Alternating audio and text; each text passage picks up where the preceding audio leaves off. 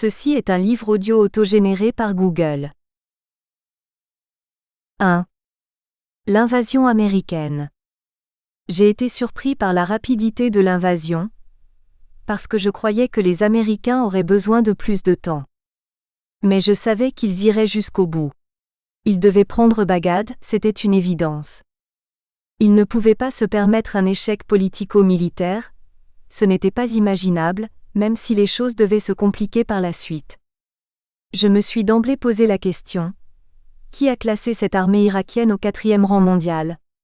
Une commission de spécialistes, qui aurait rendu un verdict après avoir classé les 3 premières? Cette armée aurait été placée avant celle de la France? Avant l'Iran ou la Turquie qui disposent, elles, d'une armée de renommée mondiale? Cela devenait ridicule, à défaut d'être crédible. L'exagération extrême sur les capacités de l'Irak était claire, mais on peut toujours estimer qu'une armée composée de plus d'1 million d'hommes était capable de s'organiser autrement, surtout qu'elles avaient combattu le même adversaire quelques années plus tôt. Les Occidentaux n'avaient pas intérêt à ce que les Américains échouent dans leurs projets. Le modèle occidental ne doit-il pas toujours apparaître comme invincible? Par ailleurs, l'échec des Américains aurait pu être considéré comme un message à certains pays en voie de développement, les incitant à être moins dociles vis-à-vis de certains pays occidentaux. Cela pourrait concerner à titre d'exemple les pays africains, vis-à-vis de la France ou de la Grande-Bretagne. Résister à une grande puissance n'est pas recommandé, et entraîne immédiatement des ripostes y compris par des coups d'État télécommandés de l'extérieur.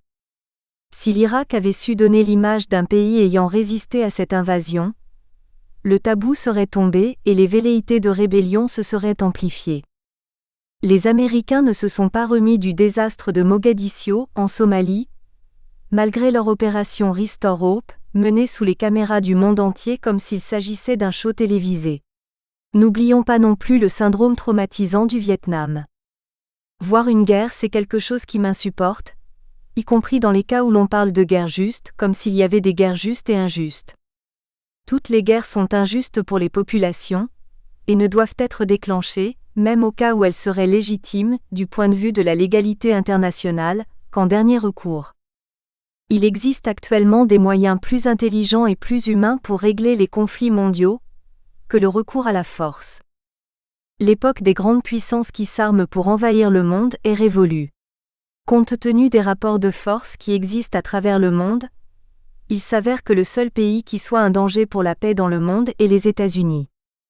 Il ne s'agit pas là d'un anti-américanisme primaire, mais d'une analyse des différentes guerres, prises de position et machinations menées à travers le monde depuis la chute du mur de Berlin. Les États-Unis doivent, pour des raisons de quasi-survie, continuer d'occuper le terrain sur le plan militaire afin de rééquilibrer leur propre situation économique. Le schéma décrit par Emmanuel Todd me paraît correspondre à la réalité. Je suivais l'évolution du conflit sur le terrain, presque au kilomètre près. Il faut reconnaître que tout s'est passé très vite, entre le début des bombardements le 20 mars 2003 et la chute de Bagdad moins de 20 jours plus tard, 9 avril 2003. Je me suis demandé si ces actes de résistance n'allaient pas se généraliser, et la situation s'enliser. Cela n'a pas été le cas, pour les raisons que j'ai évoquées précédemment sur l'organisation de l'année, la personnalité de ses dirigeants, et l'absence de toute préparation sérieuse, sans oublier la trahison de certains officiers. La statue de Saddam Hussein qui s'écroule, cela ne m'a fait aucun effet, mais le spectacle de la foule se ruant sur la statue pour la frapper, cracher ou tirer dessus pour montrer qu'elle ne fait plus partie du régime, me consternait par son absence de dignité. Si votre pays vient d'être envahi et occupé par une puissance étrangère, vous ne pouvez pas vous réjouir. Ces manifestations en présence et sous le contrôle des autorités d'occupation faussaient la réalité d'une situation plus complexe. Les Américains n'ont pas plus fait d'efforts pour préserver les biens publics, les administrations, les musées, à l'exception du ministère du Pétrole qui a immédiatement été mis sous bonne garde. En revanche, j'ai parfaitement compris le soulagement de la population. Je la soutenais, car je le rappelle, je ne suis pas un pro-Saddam Hussein, qui n'était pour moi ni un exemple de démocratie, ni un idéal politique à suivre.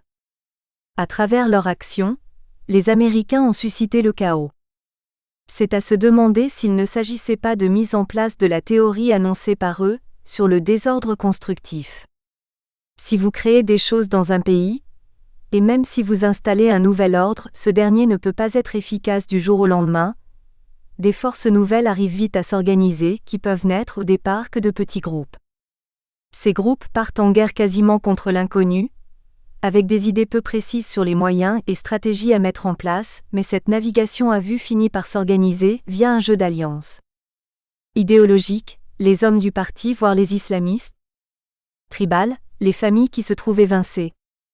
Religieux ou confessionnels, les sunnites par réaction à la montée des chiites, ainsi que certains chiites qui se trouvent écartés du pouvoir. Ce qui s'est passé en Irak. Ces forces se sont liguées sans le vouloir, englobant les basistes et ceux qui appartenaient à la tendance de Moqtada el-Sadr. Pour le dernier cas, les combats de rue imposés aux Américains à Sadr City ont été d'une particulière brutalité et ont, selon moi, laissé des traces indélébiles. Par ailleurs, certaines attaques spectaculaires commises contre les soldats américains continuent d'être commises par ce mouvement de Moqtada el-Sadr. Alors que certains considèrent les chiites comme définitivement soumis aux Américains, c'est très mal les connaître. En réalité, un mouvement de résistance contre les Américains va au fur et à mesure prendre forme, sans forcément avoir de lien avec l'ancien régime. Et pour résumer, ce n'est pas parce qu'on n'aime pas Saddam Hussein qu'on va accepter la présence américaine. Toutefois, paradoxalement, le langage de beaucoup de médias va changer vis-à-vis de cette résistance, dont les actes seront qualifiés d'actes terroristes. Actes qu'il convient de ne pas confondre avec les actes de terreur, qui visent la population civile, attisant le feu d'une guerre interconfessionnelle, et que certains croient être animés par les Américains eux-mêmes. Le dépassement du chiffre de 4000 soldats tués depuis le début de ce conflit démontre que rien n'est terminé malgré le rapport Baker qui veut donner une autre orientation à la politique américaine au Moyen-Orient, mais cela semble être bloqué pour le moment. En tout cas, ces statistiques officielles démontrent l'existence d'une véritable résistance, qui semble tenir ses engagements mois par mois contre les forces américaines, lesquelles sont particulièrement visées. Le fait que les actes contre les Américains continuent en Irak ne signifie pas que les rebelles voulaient le retour de Saddam Hussein. Ces attaques dirigées contre les Américains répondent avant tout à une occupation qui est violente. Face à eux, il n'y a pas de résistance homogène, chaque branche armée se bat dans un but différent, toutefois, il peut exister une certaine collaboration entre elles. C'est devant cette difficulté que se trouvent les forces américaines, car malgré des sources de renseignements qui peuvent s'avérer utiles, il reste que l'hétérogénéité des opposants à la présence américaine rend plus difficile les possibilités de les piéger, de les capter ou même de négocier avec eux. Du côté irakien, la population a constaté que si Saddam Hussein n'est plus là, il n'y avait pas pour autant de perspectives d'avenir. La sécurité publique n'est plus assurée. Tous les observateurs s'accordent à dire que la situation actuelle est pire que celle qui prévalait sous Saddam Hussein. L'économie n'est guère brillante, notamment en raison de la corruption qui place l'Irak en bas de l'échelle juste avant Haïti et la Birmanie.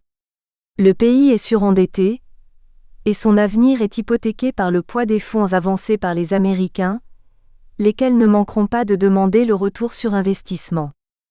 Les Américains ont fait le choix de se débarrasser de tous ceux qui étaient béassistes. Cela démontre leur ignorance de l'Irak. L'adhésion au parti n'avait rien d'idéologique. Une simple carte d'adhérent servait de laissez-passer, surtout en fonction du poste occupé. Certains chercheurs, certains professeurs aux universités, ont pu par ce biais continuer leurs travaux alors qu'ils n'étaient pas tous des hommes du régime. Cela a fonctionné pendant plus de 30 ans, de manière très structurée, très hiérarchisée, très formatée, avec des personnes de différentes sensibilités, qui occupaient des fonctions pour servir leur pays ou tout simplement en raison de leur qualification professionnelle. Le nouveau pouvoir arrive, mais il n'aurait pas dû, ni matériellement, ni psychologiquement, ni politiquement, ni institutionnellement, se séparer de tout ce qui était bassiste. C'est ce qu'il fait pourtant à la demande des Américains, et il a provoqué des vides très préjudiciables dans les administrations et les institutions. Par exemple, l'armée n'existait plus, tout comme la police, les services de renseignement, ainsi que les différents ministères de l'économie, de l'agriculture. Toutes ces structures étaient des réseaux du régime déchu. Même l'université était celle du régime. Les scientifiques étaient formés à l'initiative du régime pour faire telle ou telle étude, parce qu'il y avait des besoins de telle spécialité, de tel enseignement, pour permettre d'améliorer les capacités du régime dans ces domaines. Et c'est pour cela, par exemple, qu'ils ont amélioré leurs connaissances en matière d'énergie nucléaire, en chimie, en agriculture. C'est grâce à cette politique que le régime irakien a pu augmenter substantiellement la superficie agricole exploitée de son territoire. Cela était une avancée spectaculaire pour la population, et était quelque chose d'exceptionnel pour ce peuple qui vivait dans une totale précarité. Au lieu de renouer avec le passé, en faisant d'une sorte d'inventaire, on a préféré lancer la chasse aux sorcières, et paradoxalement les seuls que l'on va tâcher de récupérer immédiatement ce sont les agents de renseignement du régime, Murabara. Ces derniers seront utilisés pour de basses besognes, y compris des fausses prises d'otages, des enlèvements ou des attentats. Ce sont les mêmes méthodes qui survivent à tous les régimes. Le nouveau gouvernement semble avoir entamé récemment un virage pour bénéficier de leurs compétences, en les présentant comme de braves gens qui ne faisaient que subir le régime de Saddam Hussein. Il était temps de tenir compte de cette réalité, mais cela ne s'est pas fait sans arrière-pensée politique, en l'occurrence, tenter de réunir de nouvelles personnes autour de la coalition gouvernementale fondée sur des bases partisanes, ethniques et confessionnelles. L'ancien régime irakien avait raté son parcours, comme tous les régimes arabes qui ont toujours fonctionné sur les contradictions de leur population. Il n'y avait pas de véritable volonté de création d'identité nationale, avec les citoyens liés par des droits et des devoirs. Tout cela n'existait pas. Si un citoyen avait besoin d'un service, il lui fallait un référent, lequel pouvait être religieux, militaire ou politique. L'unité nationale n'existait que sur le papier. Il fallait composer avec les chefs de tribu, comme avec certains chefs religieux, notamment chez les chiites, jouer sur les inimitiés des uns et des autres. Cela a été le cas notamment dans les contradictions entre Kurdes eux-mêmes, via leurs deux grandes branches, les Talabani et les Barzani. Il ne s'agit pas de véritables mouvements politiques, dans le sens strict du terme, mais plutôt d'opposition de nature tribale sous couvert de l'argument politique. En l'absence d'une véritable identité nationale et d'une véritable unité nationale, le sursaut n'a pas eu lieu. Après la fin de la guerre, les Américains installent un gouvernement provisoire. Le gouverneur, Paul Bremer, en prend les rênes, et diffuse le fameux jeu de 54 cartes des 54 personnalités irakiennes les plus recherchées. Saddam Hussein est en fuite. Compte tenu de la personnalité de Saddam Hussein, hargneuse, arrogante, à l'ego surdimensionné, une fuite à l'étranger était hautement improbable. De toute façon, il aurait fallu pour ce faire qu'il engage des discussions avec certains pays. Il n'était pas dans la position du Shah d'Iran, qui pouvait négocier avec d'autres pays pour envisager son accueil. Saddam Hussein n'était plus à même de prendre le moindre contact. Aucun dirigeant de par le monde n'aurait pris le risque d'accueillir le Raïs, alors que les Américains voulaient le capturer. Saddam Hussein devait rester en Irak. Il était certain de pouvoir échapper à son arrestation, en usant de ses moyens habituels, l'argent et la pression. Ces moyens ne l'ont pas sauvé, comme ils n'ont pas pu sauver ses deux fils. En tout cas, il était pris dans un piège qui le destinait à errer au mieux pendant des années, le temps que la situation se stabilise en Irak. Le 13 décembre 2003, il était découvert dans sa ville natale de Tikrit au fond d'un trou. La cachette qu'il avait acceptée, pour autant que le récit de son arrestation soit exact, montrait la détresse dans laquelle il était plongé. Quant aux conditions de son interpellation, qui n'a pas été choqué par la manière dont il a été exposé et examiné comme un chien galeux, le regard hagard et sans opposer la moindre résistance. On était loin de l'image du dictateur. Ce spectacle était pitoyable et révoltant. On pensait davantage à un vétérinaire en train d'examiner un chien plutôt qu'un être humain. C'était la bête traquée qui venait d'être attrapée. Vraisemblablement, ce spectacle faisait partie de la guerre psychologique menée contre les Irakiens, afin que tous ceux qui résistent sachent qu'ils finiraient comme leur chef. Il y avait également là une volonté délibérée de rabaisser les Irakiens en attentant à leur dignité par cette arrestation. Enfin, cela ranimait les haines entre communautés, car l'une d'elles, sunnite, se trouvait clairement identifiée à Saddam Hussein. 2. Arrestation, je veux défendre Saddam Hussein. Le 13 décembre 200, les soldats américains arrêtent Saddam Hussein. C'est à partir de cette date, marquée par la phrase de Bremer, « Nous l'avons », que j'ai eu l'idée d'intégrer l'équipe de défense. C'est à Tripoli, ma ville natale, où je fais de brefs séjours tous les 2 mois, que tout a commencé. Historiquement, cette ville est symbolique du parti Baas au Liban, dont le porte-drapeau est le docteur Abdelmajid Rafi, le même docteur Rafi qui était l'adversaire politique des Karam et en conséquence de ma famille. Il se trouve que nous avons un ami commun, le docteur Zagloul, lequel, me sachant d'avocat, m'a demandé lors de l'un de nos entretiens comment je voyais les choses. Nous avons eu cette discussion chez moi, et il m'a senti enthousiaste à l'idée de défendre Saddam Hussein. Il a surtout été séduit par mon exposé quant à la manière dont la ligne de défense devait s'organiser et le travail qu'il convenait de mettre en place. J'avais insisté notamment sur la stratégie de rupture. Le docteur Zagloul est un ami depuis près de 10 ans. Il travaille à l'hôpital avec ma sœur. Il nous rend visite fréquemment, notamment quand je me déplace au Liban. Il a toujours apprécié nos discussions sur la situation du Liban, et en général sur le monde arabe. Je l'ai toujours trouvé sympathique. Il a l'âme d'un poète, s'intéresse à la manière dont en France je voyais la situation au Liban. Nos discussions portaient surtout l'économie, la politique, et parfois il me lisait ses poèmes. Nous en sommes venus à parler de l'arrestation de Saddam Hussein. Il savait que je n'étais pas un pro-Saddam. Je n'ai pas pu lui cacher mon dégoût de la manière dont il a été exhibé, et j'ai rappelé les principes d'humanité avec lesquels il convient de traiter tout prisonnier. Ce n'est pas parce qu'on est arrêté que l'on perd son humanité. Et parlant du procès déjà annoncé par Paul Bremer, j'évoquais la stratégie de rupture qui devrait être adoptée, car il ne s'agissait pas d'un procès du droit commun, mais bien d'un procès politique, celui d'un président d'un régime. Discussion passionnante qui dépassait la personnalité de Saddam Hussein et même les enjeux de ce procès qui s'annonçait, car il fallait définir dans un premier temps qui pouvait juger, en vertu de quelle légitimité. En d'autres termes, je donnais les grandes lignes sur ce que je voyais en tant que juriste, comment l'avocat André Chamy pouvait se positionner dans le cadre de ce procès. Le docteur Zagloul semblait acquiescer à tout ce que je disais, mes propos lui paraissaient de bon sens, sans parti pris. L'idée selon moi était qu'il fallait se conformer aux règles du droit irakien et du droit international, ce à travers les questions que je posais, qui pouvaient être formulées comme suit. Un dirigeant peut-il être jugé pour les actes commis pendant son mandat, notamment dans un pays sous occupation ? Une autorité d'occupation peut-elle participer à la création du tribunal ? Quel est le droit applicable ? Et quel serait le tribunal compétent ? Car je le rappelle, à cette époque la question du tribunal et ses compétences relevait des spéculations, etc. Par ailleurs, le fait que l'on ait immédiatement parlé de crimes de guerre et crimes contre l'humanité posait problème quant à la définition de ces crimes. Lesquels seraient qualifiés comme tels ? Par qui ?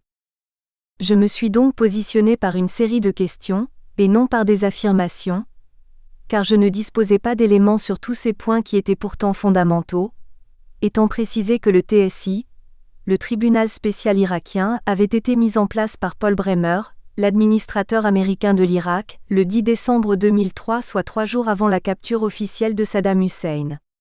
Je me demande encore s'il s'agit d'un hasard. C'est Bremer qui inventait les textes en fonction des intérêts américains en Irak, tout en disant que ce qui était fait l'était dans le seul intérêt des Irakiens. Ensuite, le même Bremer a créé un pouvoir intérimaire sans consulter personne, conseil de gouvernement intérimaire créé sur des bases ethniques et religieuses. 14 chiites, 4 sunnites, 5 kurdes, 1 chrétien et 1 turkmène, tout en se gardant la possibilité d'opposer son veto au texte qui serait éventuellement adopté par ces autorités irakiennes. Bien mieux encore, il va s'occuper de la présence américaine en Irak, après le transfert de souveraineté prévu pour le 30 juin 2004, pour la présenter comme une incitation de la part du gouvernement irakien et non comme une occupation. Tous ces éléments rendaient mes explications accessibles, notamment quand je parlais du tribunal, l'autorité censée juger Saddam Hussein. Quel tribunal peut-il le juger? Comment peut-on le créer? Qui peut le créer? Qui avait la légitimité pour définir ce tribunal spécial? La question était de s'interroger sur ce qui est légitime et ce qui ne l'est pas. La légitimité internationale, la légalité interne et la constitutionnalité représentaient les trois grandes lignes de défense possibles. Toutefois, cet aspect purement légal ne devait pas et ne pouvait pas éviter la question de la relation des autorités en général et du tribunal en particulier. Ce qui pourrait dans d'autres circonstances paraître comme une question de forme, devient dans ce cas on ne peut plus crucial. La forme l'emporterait sur le fond, le solennel primerait sur le procédural. Ces premières esquisses qui se dessinaient dans mon esprit, et que je livrais spontanément à mes amis, guideront ma réflexion tout le long de mon intervention dans cette affaire. Le docteur Zaghloul me fit remarquer que mes idées étaient intéressantes, et qu'il allait en référer au docteur Rafi, qui était le mieux placé pour les apprécier et le cas échéant pour me mettre en relation avec le comité de défense qui commençait à voir le jour. En effet, dès l'arrestation de Saddam Hussein, le barreau d'Amman en Jordanie a appelé à la création d'un comité d'avocats arabes pour le défendre, et le même jour j'entends parler de Ramsey Clark, ancien ministre de la Justice des États-Unis sous Richard Nixon, lors d'une déclaration à Al Jazeera. Ramsey Clark s'interrogeait, comme je le faisais, sur la légitimité que s'octroient les États-Unis pour juger Saddam Hussein, mais en allant beaucoup plus loin que moi dans sa logique. Qui jugera les États-Unis pour avoir tué 62 000 soldats irakiens au cours de l'année 1991 et provoqué la mort de plus d'1 million de civils irakiens, notamment des enfants, en raison des sanctions imposées à l'Irak depuis la même année? Enfin, il indique que les preuves contre les Américains sont accablantes, dans la mesure où ils ont reconnu avoir procédé à 110 attaques aériennes et lancé 850 tonnes de bombes sur l'Irak, estimant qu'il s'agissait d'un crime de guerre prévu et sanctionné par le droit international.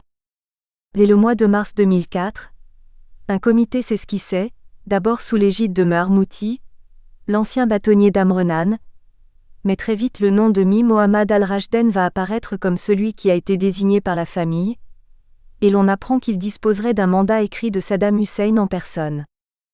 Je suivais ces informations sans connaître davantage les personnes dont il était question, et dans la foulée, on avait annoncé le nom d'un avocat français, Maître Vergès, qui aurait toutefois été refusé par la famille de Saddam Hussein. Le docteur Zaghloul va rencontrer, comme il l'avait dit, le docteur Rafi, député Baas, qui est toujours le secrétaire national pour le Liban du parti Baas. Dans chaque pays où le parti Baas est présent, il y a toujours un secrétaire national, et au-dessus de lui le secrétaire général, qui était Saddam Hussein. Le parti Baas prône l'unité arabe. Il se veut socialiste, et est présent dans plusieurs pays arabes, mais ne gouverne que dans 2 pays, en l'occurrence l'Irak et la Syrie, qui ont été considérés comme frères ennemis, car chacun se présente comme le véritable représentant de l'idéologie Baas. Celle-ci peut s'apprécier comme une sorte de mouvement de renaissance tant culturelle que politique, dite Al-Nahda, issue de l'affaiblissement de l'Empire ottoman et du contact avec des théories occidentales. Ce sont notamment les chrétiens de l'Orient, le Levant, qui ont imaginé les idées novatrices dans lesquelles viendront puiser la plupart des tendances nationalistes arabes. L'un de ces hommes et non des moindres, s'appelait Michel Aflaq, né à Damas en 1912, d'une famille issue de la bourgeoisie orthodoxe. Son père était également un nationaliste arabe, fervent opposant à l'Empire ottoman et ensuite à la présence française. Michel Aflaq va fonder le parti Baas en 1946. Il mourra au mois de juin 1989 au Val-de-Grâce à Paris et sera enterré à Bagdad. En 2003, les Américains ont fait raser sa tombe, pensant peut-être effacer toute trace du bassisme.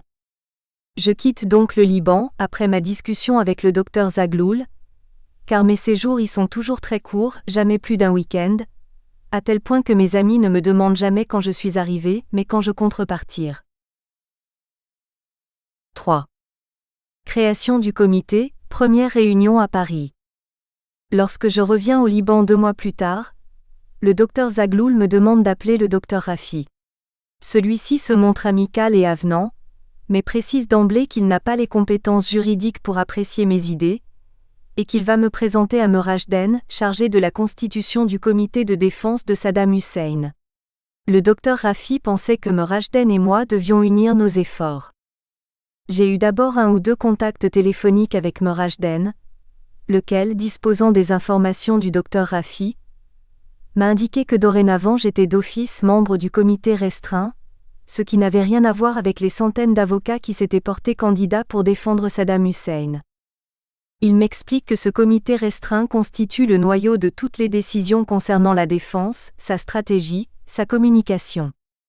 Il me dit : « Je te considère d'office comme membre du comité parce qu'on a besoin de gens comme toi, qui peuvent faire le lien entre le monde arabe et l'Occident, parce que toi tu es installé en Occident. De fait, tu sais ce qui se passe là-bas. Et par conséquent tu pourrais être notre interlocuteur qui présentera l'affaire comme il se doit en ce qui concerne notre position juridique. » Je me suis senti flatté par cette confiance, et l'ai attribué à la présentation qui a pu être faite de moi par le docteur Raffi qui jouit d'une grande autorité morale et qui est très respecté. Après cela, je suis resté sans nouvelles de Merajden pendant plusieurs semaines. J'en étais étonné, mais j'ai estimé que cette période de lancement d'un comité pouvait l'accaparer, à juste titre. J'ai donc pris l'initiative de le rappeler, car pour moi il était urgent que les membres du comité se rencontrent et commencent de discuter de leur stratégie. Le comité devait surtout préparer l'organisation de la défense et de ses moyens. Il fallait des interlocuteurs qui puissent recueillir les informations et en assurer la transmission aux autres membres.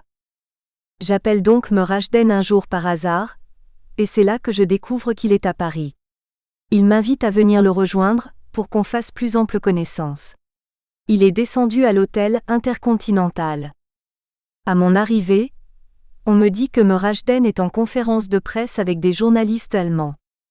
Avant de pouvoir entrer dans la salle de réunion, j'ai été intercepté par un homme d'une 60aine d'années, les cheveux blancs de petite taille avec un regard malicieux qui m'a paru méfiant. Il se présente comme Mechaïn, m'interroge sur mon identité, mes origines, ce que je faisais et depuis quand je suis en France, etc., comme s'il s'agissait d'un contrôle de sécurité.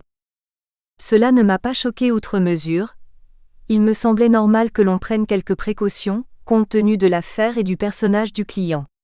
L'homme m'emmène jusqu'à Rajden pour me présenter, et là Merajden indique à la journaliste qui l'interrogeait : « Nous venons d'être rejoints par Maître André, un avocat français. » La journaliste se tourne vers moi, et me sourit.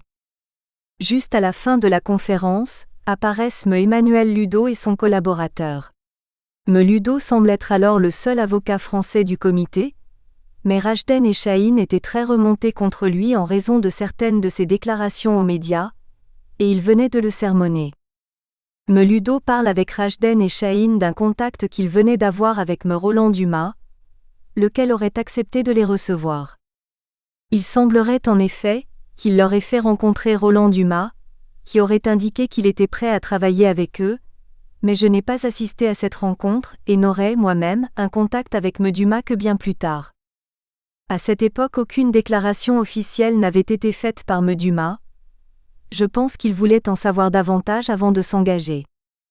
Pour ma part, je portais un intérêt particulier à une intervention de Dumas, car j'estimais que tant par son expérience que par ce qu'il symbolise, il pouvait être d'un grand secours pour le comité. Je n'ai rendu publique mon intervention dans ce dossier qu'après mon retour de Paris, alors que mon titre de membre d'office du comité m'avait été attribué près de 2 mois plus tôt.